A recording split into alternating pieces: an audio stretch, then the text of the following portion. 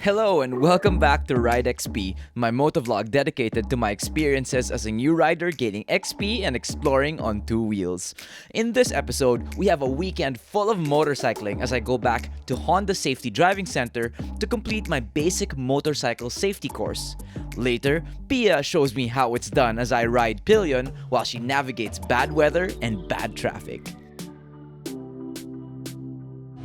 Hey guys, good morning. So it's the start of a long weekend of riding for me. And starting it right here, I'm here with Eric, East Cotero from the Tapak 1900. And sure, natin. Check it out.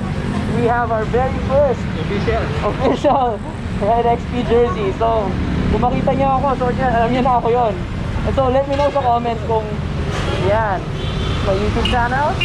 So, if anybody's interested, let me know sa comments and then I'll let you know paano maka-order. Great, maraming salamat. Kasi yung paggawa ng jersey ito, Sir Eric. Thank you. 1900. Alright. Partner, pareho kaming naka-equalize.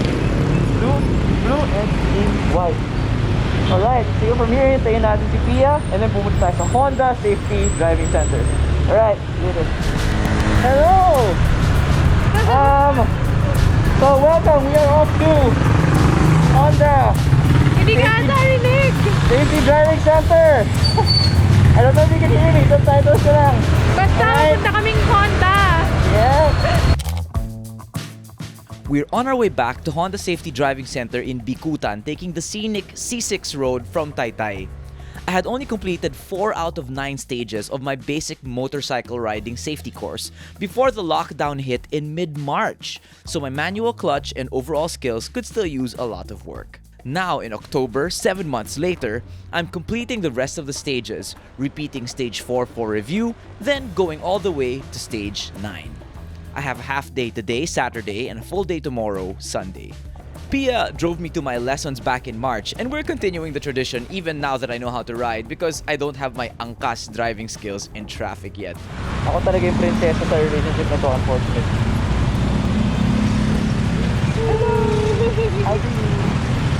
She's not wrong! Pareho tayong princess. Talaga ba? Yeah. I'll be the prince and you will be the prince too.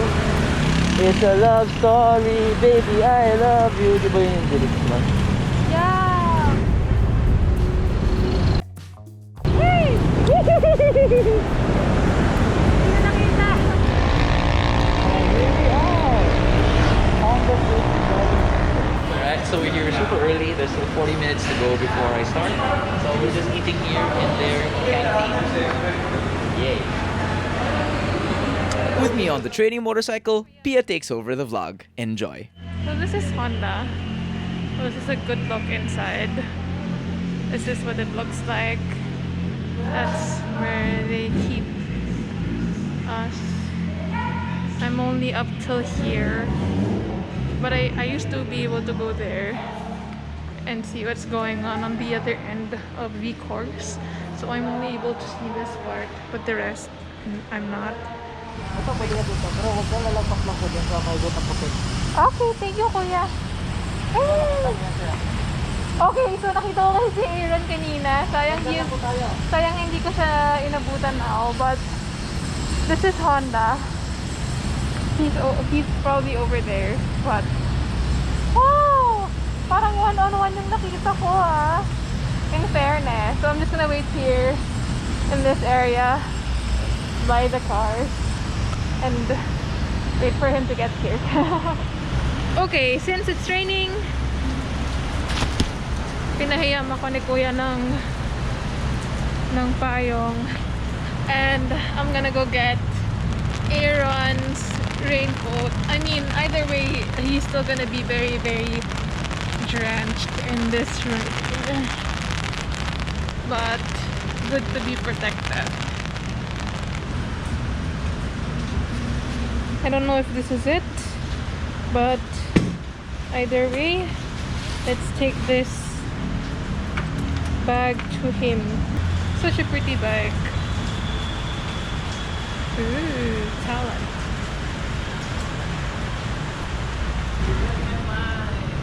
I know. Okay, so guys, Nahihirapan pa rin ako pero mas okay na. So masaya ngayon kasi malakas ulan, tapos emergency braking. Ayan! Mag-stoppy ka na ba? He read my mind. It's exactly what I was gonna do. Mhm. Oh, this way, this way. Thank you. Protocol. Galing mo, it's Protocol. exactly what I was gonna get. Of course. Advance. Advance. Pero medyo, Am I not the best? Malaking improvement na pero ano pa rin. Loves to learn pa rin. Okay lang yan. This is why you're here. Importante yung natutunan. What? The reason na bumigay ako kapag nag-stop ako is kasi hindi ko siya ginaganon. Dapat pag nag-stop, medyo may force. Yun lang. So, yan. In the middle of stage 4, time to do emergency braking in the rain. Wish me luck. There they go.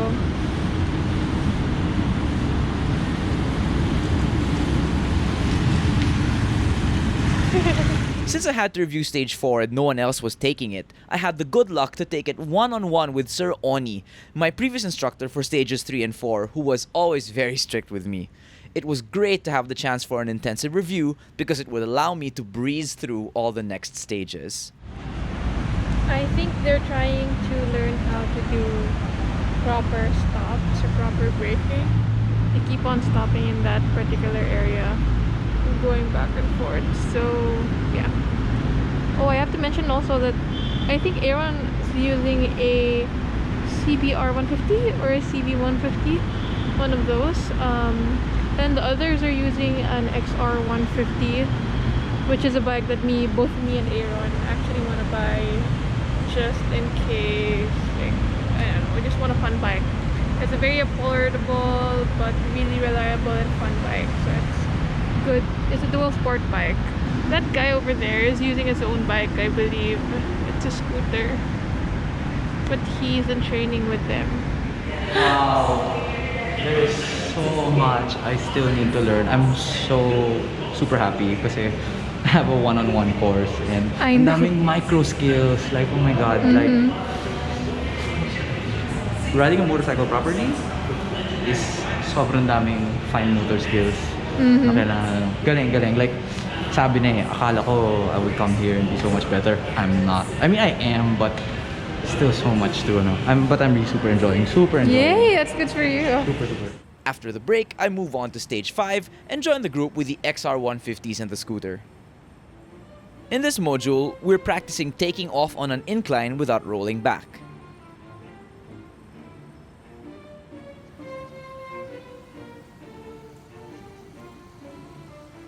Now we're following the instructor, making sure to signal our turns and do our safety checks, and go through the S courses smoothly. Much of the time in the latter stages in Honda is spent repeatedly practicing skills and safety procedures.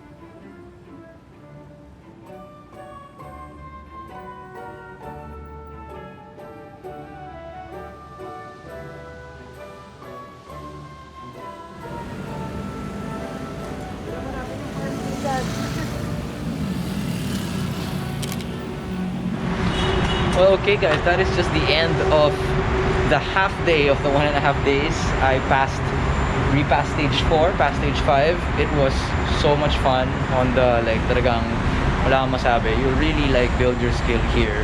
But the long pause where I was able to get a lot of riding experience, in between the last time I took this before pandemic and now really helped me do better and also get more out of the exercises today.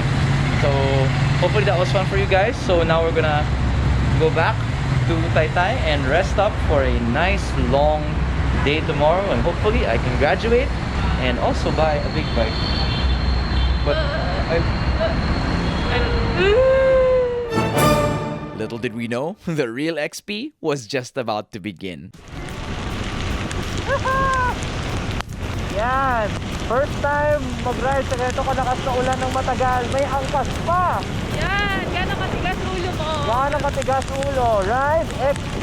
Ride XP. Oh, Oh, ingat. what can I say? I'm living up to the name of my channel. I mean, my vlog. Yeah. Oh, lakas ng ulan. Lakas na ulan. Buta yun na. What a ride. Dahan-dahan ka lang, ha? Yep. Eps, singitan na. Time to let the master take over. So, the true test, although hindi na ako nagdadrive kasi hindi talaga kaya, has to be done. And Tia is showing her expert level riding with ang hakbang. Of course, di ko na yung pinakabahan na part natin. Oh my God. So, I'm aware na normal lang to kung daily rider ka sa Maynila, pero para sa akin, medyo boss level na yung magaganap. Oh my God. Wild. Ang lapit eh, parang 1 inch lang yung mga clearance na singit eh. Bro, imagine, I used to do that all the time with an instrument. Yan. Oh my God. I think this is plastic gripper. Yan. Okay, sige. Basahan na kami. Obviously. Soon, thanks to Pia's skills, through rain and flood, we are safely back in Taytay. See you later. Alright. Actually, pagod na ako. So, see you guys around tomorrow, okay? See you tomorrow. See you tomorrow. And good morning, we're back. And we are rushing back to get to Honda in time for my call time. Okay, yeah, we're finally at Honda. Sarap, walang traffic, so we're not late. Looking forward to this full day. And Pia is also gonna do her diagnostic. Yeah, right. Red XP. New merch.